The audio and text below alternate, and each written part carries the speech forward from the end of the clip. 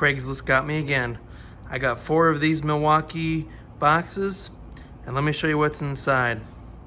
I saw this ad on Craigslist a couple days ago, and I jumped on it, mostly because I've been needing a bandsaw, and I thought 150 bucks, especially for 4 bandsaws, especially a good name such as Milwaukee, I said let's go for it.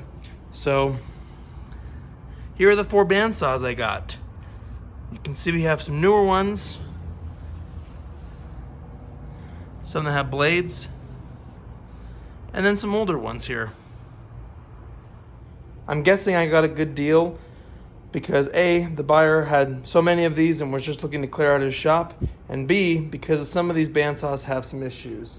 And I'll show you one of them here is that the blade will not move, and neither will the pulleys. So that's a pretty simple repair, and I'll end up making a video about that here in the next little bit, so keep an eye out for that.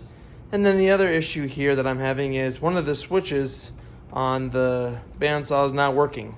It's very sticky, so I'll have to get a new switch for that. So we'll get to that later, but for 150 bucks and some working saws, I think this is a pretty good deal, especially for some easy and cheap fixes.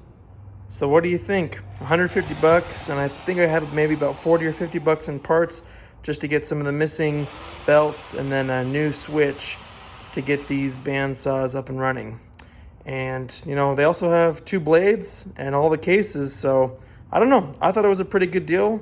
I'm gonna try my luck and maybe get 1 or 2 of these sold just to maybe recuperate some of my money, but I can't complain. I mean, a new bandsaw is almost half that or double that price, so I figured why not, right?